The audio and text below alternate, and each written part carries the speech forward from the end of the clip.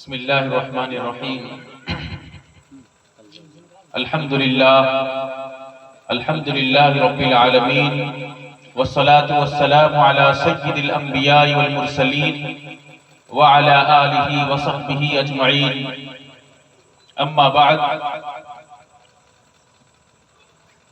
ان عبادہ بن قیس رضی اللہ تعالی قال كان اصحاب رسول اللہ صلی اللہ علیہ وسلم یکرہون الصوت عند الجنازہ او کما قال۔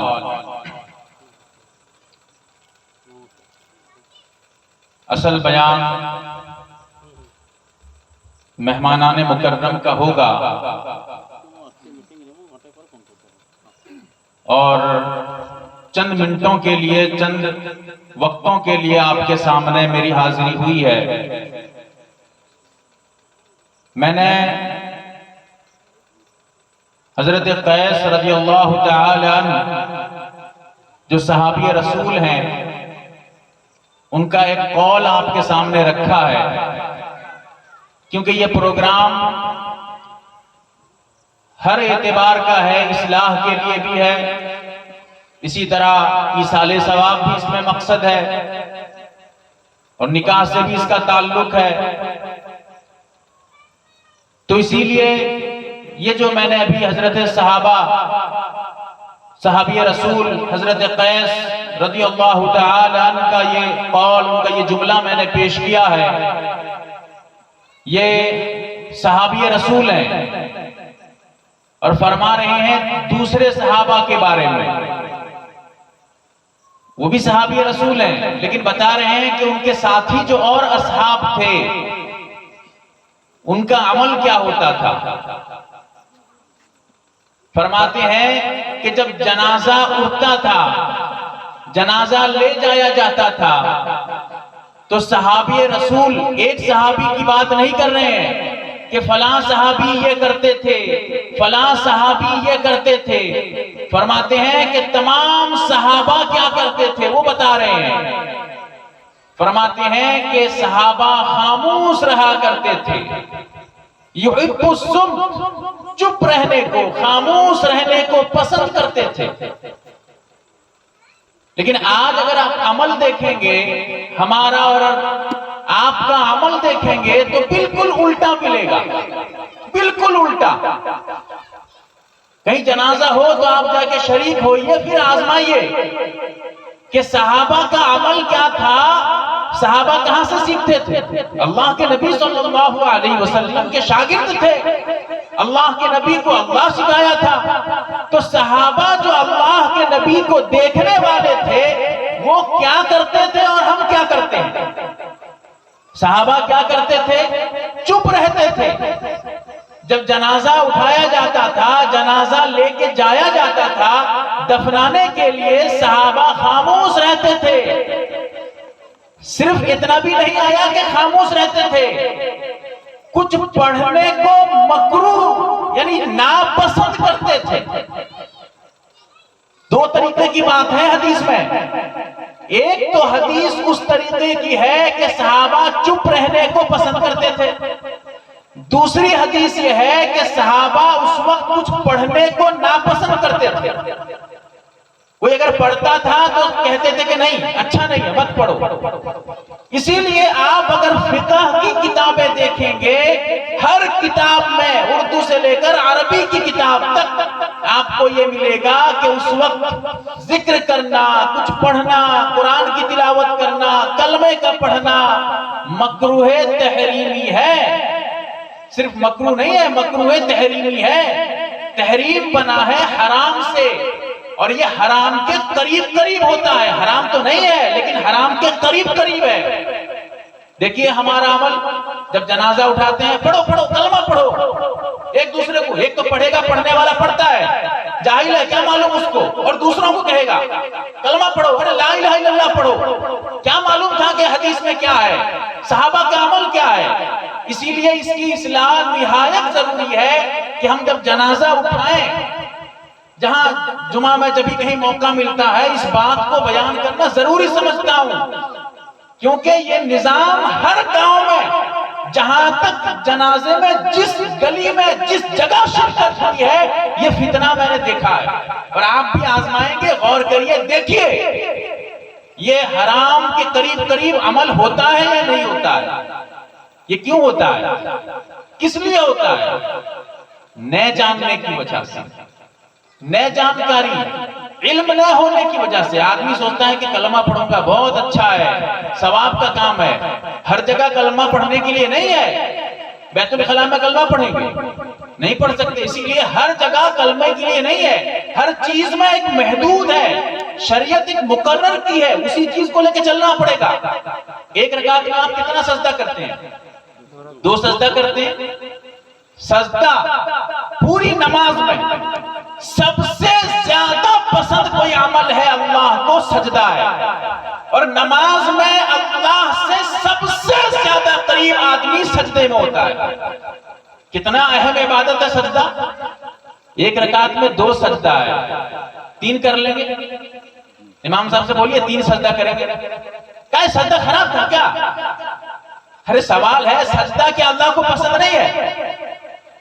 سجدہ اللہ کو پسند ہے، لیکن سجدے کے لیے نماز میں مقرر ہے کہ آپ 2 سجدہ کر سکتے ہیں، 3 نہیں کر سکتے۔ اسی طرح نماز جنازہ کے بعد میت کو لے جاتے وقت یہ کلمہ پڑھنے کی جگہ نہیں ہے۔ صحابہ اس کو پسند نہیں کرتے تھے، مکروہ سمجھتے تھے، اسی لیے آپ کلمہ نہیں پڑھ سکتے۔ کلمہ پڑھنا اچھا ہے، لیکن اس وقت وہ جگہ کلمہ پڑھنے کی نہیں ہے۔ اس مثال سے میں سمجھانا چاہتا ہوں، جیسے نماز میں سجدہ مقرر ہے، آپ سجدہ کوئی غلط کام ہے، بہت اچھا کام ہے، لیکن آپ ایک سجدہ اپنی طرف سے ایکسٹرا اضافہ نہیں کر سکتے۔ ویسے ہی نماز جنازہ کو میت کو لے جاتے وقت چپ رہنا چاہیے، کچھ نہیں پڑھنا چاہیے، یہ اچھا ہے۔ آپ کلمہ جتنا اچھا عمل ہو، لیکن آپ نہیں کر سکتے، صحابہ پسند نہیں کرتے تھے، اسی لیے اچھا ہونا اس کام کو کرنے کی دلیل نہیں بنے گی۔ اسی طرح ایک اور اسی جنازے سے تعلق رکھنے والی بات ہے، ہر جگہ بڑے بڑے علاقے میں ایک بہت بڑے مولانا ہے، ان کی بیوی کا انتقال ہوا تھا۔ نام لوں گا تو غیبت ہو جائے گا، نام نہیں لوں گا۔ جب وہاں شرکت ہوئی، بعد میں گیا، جنازے میں تو نہیں جا سکا تھا، بعد میں گیا جب قبر پہ کچھ پڑھنے کے لیے، قبر بنائے ہیں پورا الٹا، میت کو ٹھیک رکھے ہیں، لیکن حدیث میں اتنے بڑے مولانا ہیں، اب بھیڑ بہت لوگ تھے، بڑا جنازہ تھا، اس میں کیا ہوا ہوگا پتہ نہیں، شاید معلوم نہ ہو یا پھر دھیان نہیں ہو، کیا بات ہے، لیکن قبر بنایا گیا ہے چوکور، 4 کونیا قبر، اوپر سے چوکور ہے۔ حدیث میں منع کیا گیا ہے کہ قبر کو چوکور مت کرو۔ قبر کو کیسے کریں گے؟ جیسے پہلے زمانے میں چھپر گھر ہوتا تھا، دیکھے رہیں گے، چھپر کا گھر، پانی گرے گا گڑ کے بھاگا، چھپر گھر کے طرح۔ اونٹ کا کوہان، گاں کا پیٹ کیسا ہوتا ہے؟ گاں کے پیٹ کے طرح رہے گا، اس کو آپ اس طرح مٹی ڈال کے 4 کونیاں کریں گے نہیں، 4 کونیاں کر کے اوپر سامان کریں گے نہیں، وہ ہوگا چھپر گھر کے طرح اونٹ۔ حدیث میں مثال سے بھی سمجھایا گیا ہے کہ قبر کو چوکور مت کرو، بلکہ اونٹ کے کوہان کی طرح کرو۔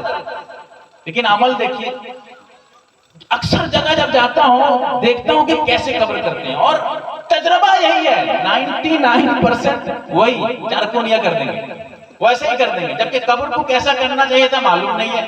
یہ ساری چیزوں کی بنیاد جا کے پہنچتی ہے علم پہ۔ اگر علم نہ ہو آدمی کے اندر، بہت گڑبڑ ہوگا، خصوصاً دینی علم۔ اگر دینی علم نہ ہو پھر دنیا بھی برباد ہونے لگتی ہے۔ اسی لیے بچوں کو کم سے کم دینی علم، جو بنیادی علم ہے، وہ دینا چاہیے۔ اسی طرح ایک بات دھیان میں رکھنی چاہیے، اسکول میں، اسکول تو اکثر بچے جاتے ہیں، اسکول میں پڑھایا جاتا ہے، اور آج یہ ٹاپک چھڑ رہا ہے، نیٹ پہ آپ اگر دیکھیں گے، نیٹ چلانے والے، یوٹیوب چلانے والے، یہ ٹاپک چھڑتا ہے۔ انسان پہلے کیا تھا؟ بچوں کو سکھایا جاتا ہے کہ بندر تھا، کتابوں میں شکل بنا دی گئی ہے، پہلے بندر تھا، پھر ذرا سے ٹنگری اٹھا کے چلنے لگا، پیر ذرا اٹھ گیا، پھر آستے آستے کھڑا ہوا، بندر ہے 2 پیر میں چلا، پھر آگے چل کے پورا آدمی، بندر سے آدمی بن گیا۔ بچوں کے دماغ میں بھر گیا ہے اور بھرا دیا گیا ہے، ہمارے دماغ میں بھی گھسا تھا۔ اپنے دماغ کی بات کر رہا ہوں، میرے دماغ میں بھی یہی تھا، پہلے انسان بندر تھا، آستے آستے بنمانوس، بنمانوس سے آستے آستے آدمی، پورا آدمی بن گیا۔ ایمان ختم ہو جائے گا، یہ تو ایسا عقیدہ ہے کہ اسلام کی بنیاد کو ہلا دے گا۔ انسان پہلے انسان ہی تھا، کوئی بندر نہیں تھا۔ سب سے پہلے انسان حضرت آدم علیہ السلام جو نبی ہیں، وہ سب سے پہلے انسان تھے اور مٹی سے بنائے گئے تھے، کوئی بندر نہیں تھے۔ اسی لیے انسان کو انسان ہی سمجھا جائے، اس کی اصل، اس کی بنیاد بندر کو نہ بنایا جائے۔ بچوں کو بچپن سے پڑھائیں گے اسکول میں، جب آپ مکتب میں بھیجیں گے، جب آپ مدرسے میں کم سے کم بنیادی تعلیم کے لیے بھیجیں گے، جب اس کے دماغ میں یہ بات آئے گی کہ سب سے پہلا آدمی حضرت آدم علیہ السلام تھے، پھر وہ سوال کرے گا ہم کو تو اسکول میں پڑھایا گیا تھا کہ انسان پہلے بندر تھا، پھر اس کی اصلاح ہوگی، اس کا عقیدہ درست ہوگا۔ اسی لیے عرض کرنے کا مقصد یہ تھا کہ یہ جو مکاتب ہیں، یہ جو ہمارے اساتذہ اور ہماری جو امام صاحب جو ہمارے ہوتے ہیں، یا مسجد میں کوئی ذمہ داری کر کے پڑھاتے ہیں لے کر، وہ آپ کے بچوں کو دین کی بنیادی باتیں سکھاتے ہیں۔ بڑا افسوس ہوتا ہے، بچے کو آپ اسکول بھیج دیں گے، صبح صبح تیار کر کے اسکول، لیکن جب مدرسے کی بات آئے گی، بچہ کہاں کھیلنے چلا گیا، کیا گیا، کوئی خبر نہیں۔ جب مکتب میں جا کے پڑھنے کی بات ہوگی، کچھ دین کی بنیادی باتیں سیکھنے کی بات ہوگی، تب پتہ نہیں ہے۔ اسی لیے بچوں کو دنیا پڑھائیے، انگریزی پڑھائیے، کم سے کم دین کی جو بنیادی باتیں ہیں وہ بتائیے، ورنہ آگے چل کر ایمان کے خطرے میں پھنس جائے گا وہ، اور آپ کے لیے بھی نقصان ہوگا۔ جب بچے کو صرف دین میں ڈالیں گے، صرف دنیا میں ڈالیں گے، دین میں ایک ذرہ بھی نہیں ڈالیں گے، مرنے گھڑی بھی آپ کو یاد آئے گا۔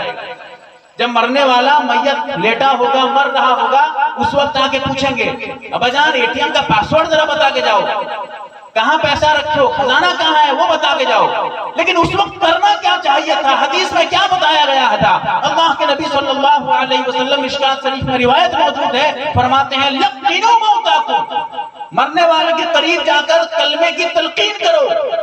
کلمے کی تلقین کا مطلب یہ نہیں ہے کہ جا کے کلمہ پڑھنے بولو، اور ہوتا بھی ہے جب جانتے نہیں ہے میت کے پاس جا کے بولیں گے کلمہ پڑھو، ارے کلمہ پڑھو، لا الہ الا اللہ پڑھو، لا الہ الا اللہ نہیں کہنا چاہیے، منع ہے۔ تلقین کا وہ مطلب نہیں ہے، تلقین کا مطلب ہے وہاں جو موجود افراد ہیں وہ خود کلمہ پڑھیں۔ ہو سکتا ہے میت دیکھ کر یہ محسوس کرے کہ یہ کلمہ پڑھ رہی ہیں اور میں بھی کلمہ پڑھوں تو میرے کلمہ پڑھنے کی وجہ سے موت کی سختی پہ آسانی ہو جائے اور وہ آپ کا دیکھ کر کلمہ پڑھ لے۔ اسی لیے کہا جاتا ہے کہ آپ میت کے پاس تلقین کریے، کلمہ پڑھیے، اس کو پڑھنے کے لیے حکم مت کریے، اور اس میں بہت نقصان بھی ہے۔ اگر آپ نے کہا کہ کلمہ پڑھو، وہ تو بہت بیزاری حالت میں تھا، وہ تو بہت مشکل میں تھا، کہہ دے گا میں پڑھوں گا نہیں، اس کے کہنے سے ایمان جائے گا نہیں جائے گا وہ الگ بات ہے، لیکن پورے علاقے میں شور ہو جائے گا کلمہ پڑھنے سے منع کر دیا، لاسٹ ٹائم میں وہ آدمی بدنام ہو جائے گا۔ اسی لیے ایسی صورت میں شریعت اتنی باریکی سے دیکھتی ہے، یہ کہتی ہے کہ اس کو کلمہ پڑھنے کے لیے حکم مت کرو، بلکہ تم کلمہ پڑھو، تمہارا دیکھ کر وہ پڑھے گا۔ تو عرض کر رہا تھا، اگر بچے کو آپ اسلام کی بنیادی باتیں سکھائیں گے، موت کے وقت بھی وہ آپ کو آخرت کی یاد دلائے گا، کلمہ پڑھے گا آپ کے پاس، بیٹھ کے آپ کو پاسورڈ نہیں پوچھے گا، اے ٹی ایم کا نمبر نہیں پوچھے گا، آپ کو یہ نہیں پوچھے گا کہ کہاں کیا کر رہے تھے، کیا معاملہ ہے، کتنا پیسہ کہاں چھپائے ہیں، کس الماری میں کیا ہے وہ بتائیے، چابی کہاں ہے، وہ نہیں پوچھے گا، آپ کو لے کے جائے گا لاسٹ ٹائم میں بھی دنیا کی طرف سے آپ کو دھیان ہٹا کر دین کی طرف، آخرت کی طرف آپ کا دھیان لے کر جائے گا۔ بہرحال حضرات آ چکے ہیں، اب جو حضرات ادھر ادھر منتشر ہیں جہاں گھروں میں ہیں، کیونکہ یہ پروگرام زیادہ وقت تک نہیں چلے گا، شاید کہ 10-11 بجے تک ختم ہو جائے گا، تو اسی لیے یہ موقع بہت کم ملتا ہے، اور یہ آپ کی قربانی ہے۔ ابھی جو آپ آئے ہوئے ہیں، ہو سکتا ہے اسی آنے کی وجہ سے اللہ تعالیٰ آپ کی مغفرت کر دے، کیونکہ یہاں آپ کا آنا صرف اور صرف اخلاص کے علاوہ کچھ ہو ہی نہیں سکتا۔ یہاں آنے کا آپ کو پیسہ دیا گیا ہے، 500 روپے ملے گا آپ کو، بتائیے کیوں آئے ہیں؟ اس لیے آئے ہیں کہ صرف اللہ اور رسول کی بات سننے کے لیے، دین کی بات سننے کے لیے۔ ہو سکتا ہے قیامت کے دن ہمارے گناہوں کے انبار ہو، لیکن اس آنے کی وجہ سے اللہ تعالیٰ، اس اخلاص کی وجہ سے، اس للہیت کی وجہ سے اللہ تعالیٰ تمام گناہوں کو مٹا دے اور ہمارے آنے کی وجہ سے، صرف آنے کی وجہ سے جنت میں ڈال دے۔ ہو سکتا ہے، اسی لیے یہ موقع مجلس خیر بار بار نہیں ملتی ہے، اور ایسا موقع کہ اس میں اخلاص ہی اخلاص ہے۔ کہیں کسی جلسے میں پیسہ دے کے نہیں بلاتے ہیں، آپ آتے ہیں اپنی مرضی سے آتے ہیں، دین کے لیے، صرف اللہ کے لیے آتے ہیں۔ اسی لیے یہ موقع بہت غنیمت موقع ہے، بہت غنیمت موقع۔ اسی لیے جو جہاں جدھر افراد ہیں وہ ضرور یہاں آئیں اور اس مجلس میں شریک ہوں اور ثواب دارین حاصل کریں۔ اب آپ کے سامنے مرکز العلوم کے مائناز استاد حضرت مولانا ثاقب صاحب دامت برکاتہم العالیہ، آپ تو جانتے نہیں ہیں، مرکز میں جب جانا ہوگا تب پتا چلے گا کہ حضرت کا جو ہے، حضرت کی وقار کیا ہے، حضرت کی عزت کیا ہے مرکز میں۔ اسی لیے آپ حضرات ادھر ادھر جو منتشر ہیں، جو چیئر ادھر آگے خالی ہے، دیکھنے میں خراب لگتا ہے۔ میں تو اپنا ہوں، اس میں کوئی دقت نہیں ہے، جو مہمان آئیں گے ان کے لیے خراب لگے گا، دیکھیں گے کیا دو آدمی ادھر بیٹھے ہیں، دو آدمی ادھر بیٹھے ہیں، تو کوئی مطلب ایک مجلس کی عزت ہوتی ہے، احترام ہوتا ہے، اور احترام بہت ہے مذہب میں، اسلام میں احترام کی بھی بہت اہمیت ہے۔ اخلاق تو ایک بنیادی چیز ہے، جب ہم احترام کرنے لگیں گے بہت بڑا ثواب ہے۔ ایک موضوع الگ سے بنے گا کہ احترام کا اور جو ہے اس کا ثواب کتنا ملتا ہے، اس سے ہمیں فائدہ کیا ملے گا۔ اسی لیے مجلس کو اگر ہم نظام کے ثواب سے اچھے جو ہے اعتبار سے رکھیں گے تو پھر جو بولنے والے ہوتے ہیں، جو مقرر ہوتے ہیں، ان کو بولنے میں بڑی آسانی ہوگی اور بڑا اچھا لگے گا۔ جو پیچھے ہیں وہ آگے کو آ جائے تاکہ اچھا لگے، دیکھنے میں بھی اچھا لگے، مجلس کا ایک نظام بنا رہے، اچھا لگے گا دیکھنے میں۔ مقرر بولنے والا بھی جو بولے گا وہ بھی کچھ اچھا بولے گا، جو ذہن میں آدمی سوچ کے آتا ہے وہ بولتے بھی نہیں، بہت کم ایسا ہوتا ہے کہ سوچ کے آ رہیں گے کچھ بولیں گے کچھ، اور آپ کو دیکھ کر بولنے کا موقع ملتا ہے کہ سننے والے کیسے سن رہے ہیں، غور سے سن رہے ہیں، اچھے سے سن رہے ہیں۔ اب وہ آئے گا کہ اچھا یہ بہت بڑھیا موقع ہے، یہ بات بولوں گا، اور وہ بات ہو سکتا ہے آپ کی زندگی بدل دے، اور یہ آپ سامنے والے کو دیکھ کر ہی اللہ تعالیٰ سامنے جو ہے مقرر کے دماغ میں وہ بات اللہ خود بخود ڈالے گا۔ آپ جتنے اچھے سے بیٹھیں گے اللہ تعالیٰ اور اتنا اچھا نظام قائم کرے گا، مقرر کے دل میں وہ باتیں ڈالے گا جو آپ کے لیے بہت کارآمد ہوں گی۔ بہرحال اللہ تعالیٰ ہمیں عمل کی توفیق دے، سمجھنے کی توفیق دے۔ وآخر دعوانا الحمدللہ رب العالمین۔